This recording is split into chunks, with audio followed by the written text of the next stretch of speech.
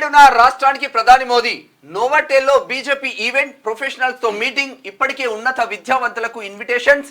మోదీ తర్వాత రాష్ట్రానికి అమిత్ షా, జేపీ నడ్డా వరుసపెట్టి రాష్ట్రానికి కేంద్ర అధినాయకత్వం అంతా, జాతీయ అధినాయకత్వం అంతా కూడా భారతీయ జనతా పార్టీ ప్రధానంగా తెలంగాణ పైన దృష్టి పెడతా ఉంది. దక్షిణాది రాష్ట్రాల్లో మంచి పట్టు సాధించాల అవకాశం ఉన్నట్టుగా వాళ్ళు భావిస్తూ ఉన్నారు. ఈ నేపథ్యంలో డబుల్ డిజిట్ ఎట్టి పరిస్థితుల్లో మేము గెలుస్తామని చెప్పేసి చెప్తా ఉన్నారు.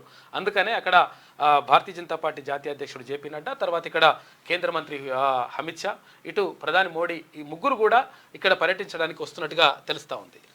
ఇంకొకటి మధ్యలో వస్తూ ఉంది. ఇప్పుడు బీఆర్ఎస్ లో జాయిన్ అయిన వాళ్ళందరూ కాంగ్రెస్ కే వెళ్తా ఉన్నారు, కానీ కాంగ్రెస్ వెళ్తున్నారు కాబట్టి ఎమ్మెల్యేలు, ఇప్పుడు ఎంపీలు కూడా అక్కడోడు ఇక్కడోడు గెలిస్తే వీళ్ళు కూడా మళ్ళీ కాంగ్రెస్ పోయే ప్రమాదం ఉందని చెప్పి మరి అటు బీజేపీ కోట్లు వేస్తారు, ఇటు కాంగ్రెస్ కోట్లు వేస్తారు. ఈ రెండు పార్టీల మధ్యలో బీఆర్ఎస్ ఓట్లు అయితే అయిపోయినాయి, అవి కాంగ్రెస్ కు బీజేపీకి పడతాయి.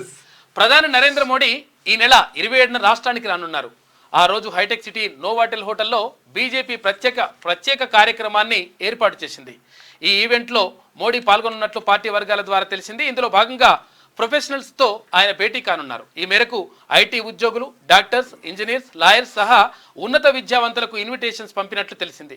పార్లమెంట్ ఎన్నికల్లో ఉన్నత విద్యావంతుల ఓట్లు కీలకమవుతాయని భావిస్తున్న బీజేపీ అందుకు అనుగుణంగా వారితో మీటింగ్లను ఏర్పాటు చేస్తున్నట్లు పార్టీ వర్గాలు చెప్తున్నాయి. అయితే ఎన్నికల నోటిఫికేషన్ వచ్చిన తర్వాత ప్రధాని మోడీ రాష్ట్రానికి రావడం ఇదే తొలిసారి.